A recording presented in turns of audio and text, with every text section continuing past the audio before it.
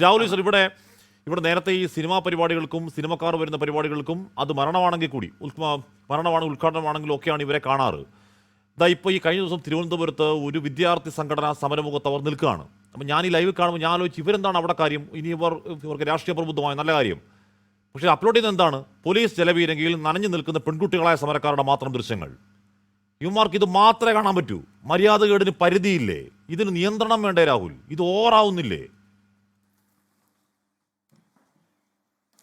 100% ഹാഷ്മി. ശ്രീമതി മല്ലിക സുകുമാരൻ ചേച്ചിയും എല്ലാ സഹപാനലിസ്റ്റുകളും പറഞ്ഞത് ഓരോ ഉത്തരവാദിത്വമുള്ള മലയാളിയുടെയും മനസ്സിലുള്ള ചിന്തകളാണ്. ഏതെങ്കിലും രീതിയിൽ ഇതിനൊരു നിയന്ത്രണം, ഒരു ഗൈഡ് ലൈൻസ് വേണം. പൊതുജനങ്ങളുടെ ആവേശവും യൂട്യൂബർമാരുടെ വികാരവും ഒക്കെ നമുക്ക് മനസ്സിലാവും, ഇല്ലെന്നല്ല. പക്ഷേ ചില മാന്യതയും മര്യാദയും ഇത് പാലിച്ചില്ലെങ്കിൽ അത് കൈവിട്ടു പോകുന്ന അവസ്ഥയിലേക്ക് എത്തും എന്ന് തന്നെ നമ്മൾ കരുതണം.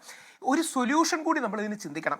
ഇത്തരം മാധ്യമ ചർച്ചകൾ അതൊരു സൊല്യൂഷനാണ്. അതൊരു അവയർനെസ് ക്രിയേറ്റ് ചെയ്യും, ഒരു ബോധവൽക്കരണം ക്രിയേറ്റ് ചെയ്യും, സമൂഹത്തിൽ പുതിയ നോംസും യാർഡ് സ്റ്റിക്സും ക്രിയേറ്റ് ചെയ്യും. ഇപ്പൊ എന്താ സംഭവിച്ചുകൊണ്ടിരിക്കുന്നത്? ഒരു ഡിജിറ്റൈസേഷൻ അല്ലെങ്കിൽ ഡിജിറ്റലൈസേഷൻ ഓഫ് മീഡിയ വന്നു കഴിഞ്ഞ് ഇന്ന് സംഭവിക്കുന്നത് യൂട്യൂബൈസേഷൻ ഓഫ് മീഡിയയാണ്. എല്ലാ മീഡിയയും യൂട്യൂബിൽ പോകുന്നു. യൂട്യൂബിന്റെ റവന്യൂ സ്രോതസ്സുകളുണ്ട്. അതുകൊണ്ട് കണ്ട യൂട്യൂബ് അല്ലെങ്കിൽ ഇൻസ്റ്റാഗ്രാമൈസേഷൻ ഓഫ് മീഡിയയും ഈ റീൽ വൽക്കരണം വളരെയധികം നടക്കുന്നു. അപ്പൊ ഇതിൽ നിന്ന് പരമാവധി ആൾക്കാർ ലാഭം ഉണ്ടാക്കാൻ നോക്കുക. പലപ്പോഴും നമ്മൾ കോണ്ടന്റിനെ കുറിച്ച് പറയാറുണ്ട്. Content is everything, but everything should not be content. Content ആണ് എല്ലാം, പക്ഷേ എല്ലാം കോണ്ടന്റ് ആകരുത്. അല്ലെങ്കിൽ എല്ലാം കോണ്ടന്റ് ആകുന്നതിന്റെ പിന്നിൽ ചില മര്യാദയും മാന്യതയും വേണം. മുഖ്യധാരാ മാധ്യമങ്ങൾ, ഈ ചന്തുവിന്റെ പിന്നിൽ ചിത്രങ്ങൾ തന്നെ നോക്കിയാൽ അറിയാം, അവർക്ക് ഡെസിഗ്നേറ്റഡ് സ്പേസും മറ്റും ഉണ്ട്.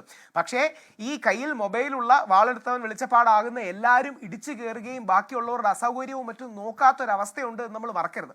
അപ്പം മുഖ്യധാരാ മാധ്യമങ്ങൾ ഇതുമായിട്ട് കമ്പയർ ചെയ്യുന്ന ഒരു കാരണവശാലും ശരിയല്ല. കാര്യം അവർക്ക് എഡിറ്റോറിയൽ ഓവർസൈറ്റ് ഉണ്ട്, കാര്യമായിട്ട് പരാതി കൊടുക്കാനുള്ള ഇടങ്ങളും മറ്റും ഉണ്ട്. ഇവരെ കൺട്രോൾ ചെയ്യാൻ, അതായത് ഈ ആധുനിക മാധ്യമങ്ങളിലെ തെറ്റായ പ്രവണതകളെ കൺട്രോളും ചാനലൈസ് ചെയ്യാൻ ബുദ്ധിമുട്ടാണ്. അതുകൊണ്ടാണ് നിയമനിർമ്മാണം അടക്കമുള്ള ഏതെങ്കിലും കാര്യം ചിന്തിക്കണം. അവിടെയാണ് ഒരു കാര്യം കൂടെ മുമ്പോട്ട് ഞങ്ങളൊക്കെ സജസ്റ്റ് ചെയ്തിട്ടുള്ള ഒരു കാര്യമാണ്, ഈ ഡിജിറ്റൽ മീഡിയയ്ക്കും അവരുടേതായ പ്രസ് ക്ലബ്ബുകളും നോംസും രജിസ്ട്രേഷനും വേണം.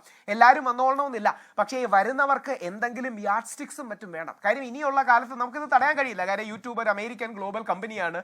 യൂട്യൂബിൽ ആർക്കും കോണ്ടന്റ് അപ്ലോഡ് ചെയ്യാൻ യാതൊരു ചെലവുമില്ല. അപ്പോൾ ആൾക്കാരെല്ലാം കയ്യിലൊരു മൊബൈലോ അല്ലെങ്കിൽ കയ്യിലൊരു സെൽഫി സ്റ്റിക്കോ ആയിട്ടൊക്കെ ഇറങ്ങുകയും ചെയ്യും. അപ്പോൾ എല്ലാവർക്കും ഇത് ചെയ്യാനും കഴിയും. അപ്പോൾ ഇനിയുള്ള കാലത്ത് ഇതിനെ റെഗുലേറ്റ് ചെയ്യാനും ചാനലൈസ് ചെയ്യാനും വേണം. ഒരു കാഴ്ചയും കൂടെ അവിടെ വെച്ച് തന്നെ കാണുകയുണ്ടായി. നമ്മുടെ ദിലീപേട്ടൻ, ശ്രീ ദിലീപും ശ്രീ രാഹുൽ മാങ്കൂട്ടത്തിൽ നിൽക്കുകയാണ്. ദിലീപേട്ടൻ ഇങ്ങനെ കരഞ്ഞുകൊണ്ടിരിക്കുകയാണ്. സൈഡിൽ നിന്ന് ഒരാൾ വന്നിട്ട് ദിലീപേട്ടനോട് സെൽഫി ചോദിക്കുന്നു. ദിലീപേട്ടൻ എന്ത് പറയണമെന്ന് അറിയുന്നില്ല. ദിലീപേട്ടൻ കരഞ്ഞുകൊണ്ടിരിക്കുമ്പോൾ അയാൾ സെൽഫി എടുക്കുന്നു. എടുത്തു കഴിഞ്ഞ് അയാളുടെ മുഖത്തൊരു വലിയ ചിരിയും വലിയ സന്തോഷവും ഉണ്ട്.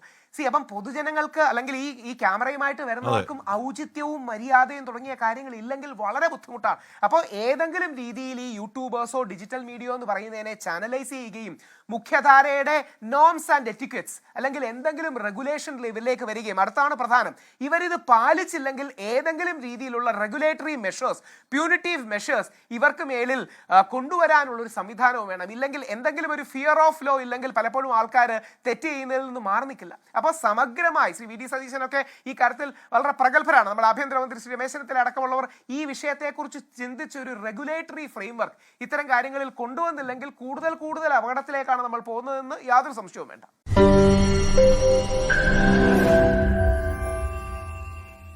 ലോകത്തെവിടെയായാലും ഏത് സമയത്തും 24 വാർത്തകളും ഓഗ്മെന്റഡ് റിയാലിറ്റി പാക്കേജുകളും എക്സ്പ്ലെയിനറുകളും വിശദമായി കാണാൻ ഞങ്ങളുടെ യൂട്യൂബ് ചാനൽ നിങ്ങൾക്ക് സബ്സ്ക്രൈബ് ചെയ്യാം.